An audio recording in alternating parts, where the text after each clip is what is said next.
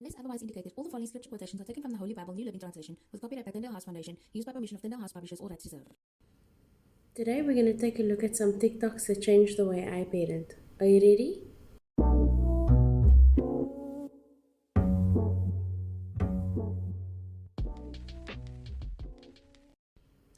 Hello and welcome back to my channel. I am the one they call Peachy Pie and you are most welcome to be here.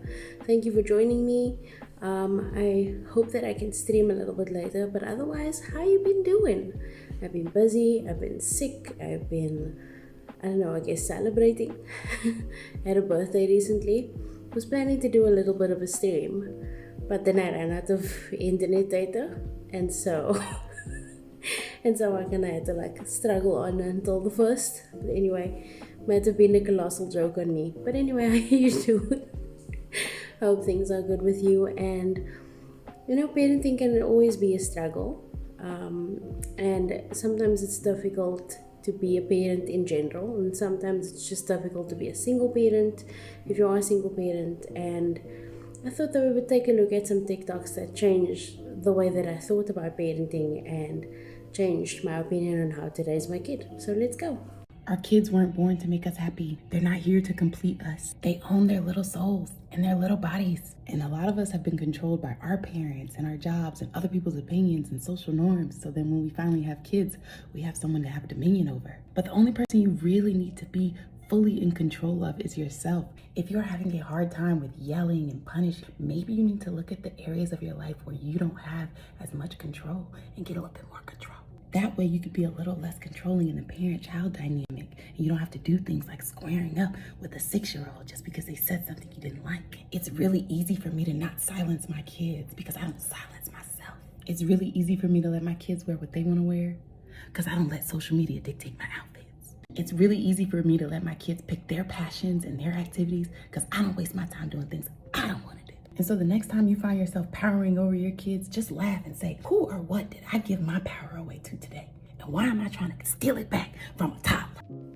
Okay, this TikTok was very impactful for me because I started looking at how am I speaking to my kid and what am I doing, right? I am a firm believer in allowing him to express himself.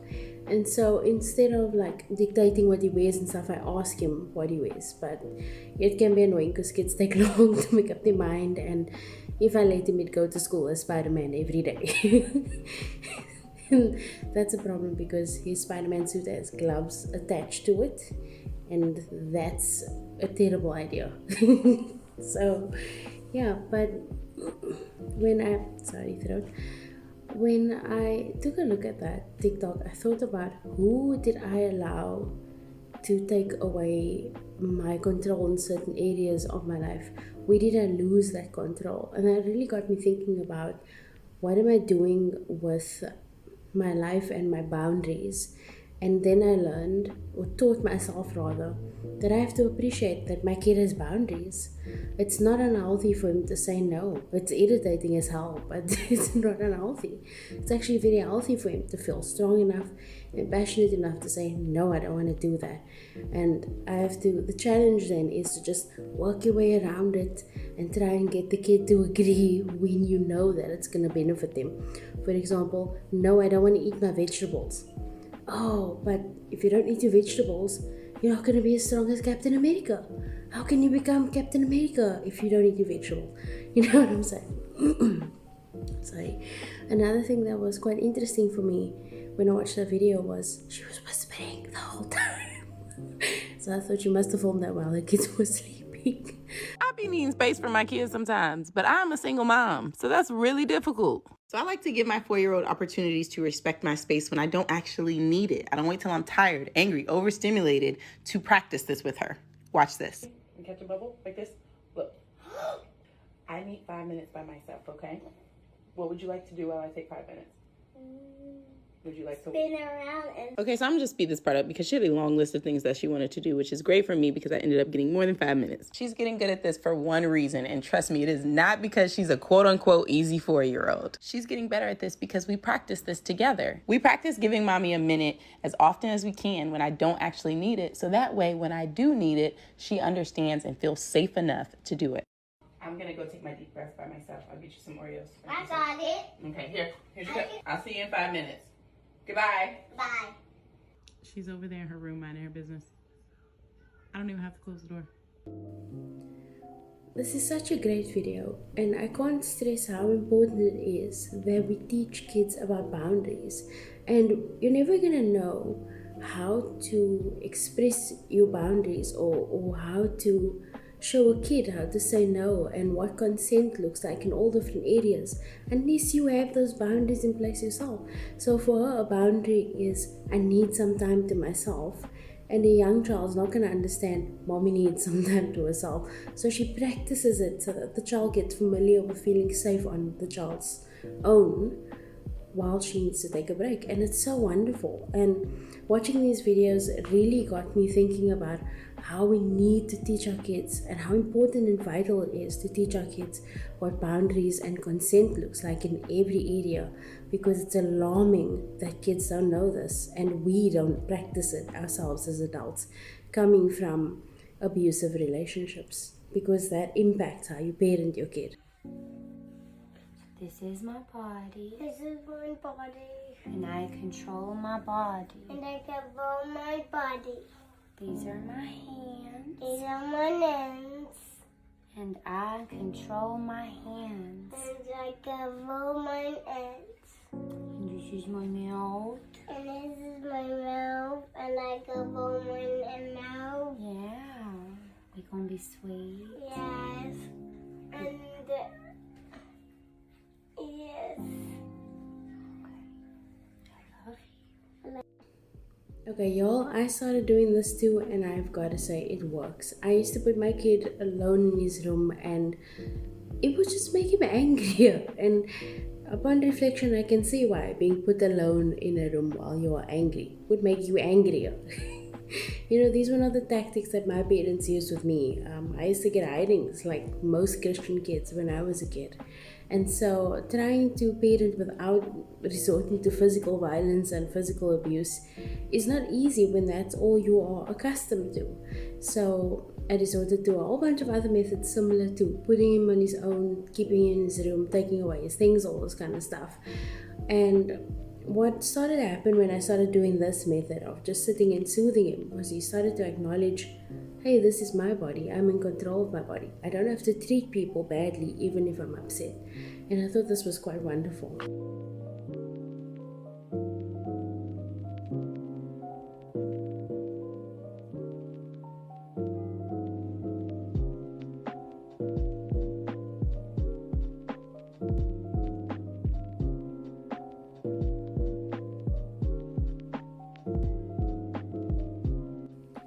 And this is exactly what kids need. They need a safe space, and their home needs to be a safe space. It's so strange when you grow up and you realize that your home wasn't so much of a safe space. There were lots of things that you couldn't talk to your parents or talk to your siblings about, and things that you would have to figure out on your own, and all these kind of things. And as you grow up, and maybe if you become a parent, you started realizing the toxic environment that Christian homes really can be. And I'm gonna be honest with you, it's not because of the Bible, it's because of the toxicity that exists in Christianity and how we portray Christianity to the world and what's acceptable social norms in Christian circles. And those are the things that really keep people from behaving in a civilized manner towards each other, which is ridiculous, because when you become a Christian, you need to behave better and do things better and strive to be a better person, not oppress other people into bitterness, which is what tends to happen.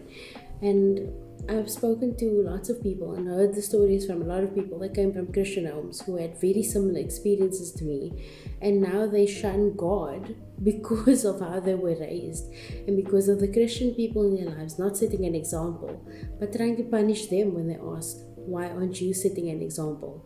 Or started to say things like, I don't want to believe what you believe because look how you behave. You know? So yeah, and coming from abusive homes and from abusive situations, when you look at your life and you look at how you parent your kid, you've actually got to realize your kid is affected by the abuse that's going on in your home, and so are you. And how you parent your kid can possibly depend on the kind of abuse that you've been experiencing, whether it be from your parents growing up or from your spouse or partner or siblings or whoever's in your circle, even in your workplace. The lack of boundaries that you have, that you are not teaching your kid properly, come from somewhere, from you not getting those needs met. And so, like this woman says, she's breaking generational curses by teaching how to set those boundaries and making a home into a safe space. And that's really what we need to do in Christian homes. And that's just my opinion. These are some things that have helped me to become a much better parent. I'm not the best parent, I can definitely say that with satisfaction, because I think that the best parents are the ones that are always working on what is best for their kid and treat each kid like an individual, not treating them as a group, like these are my kids and I treat them all that way. Treating them like individuals, I believe, is what will help nurture them into becoming good, holistic and well-rounded adults. But anyway, so yeah, that's just my opinion, and these are just some things that help me.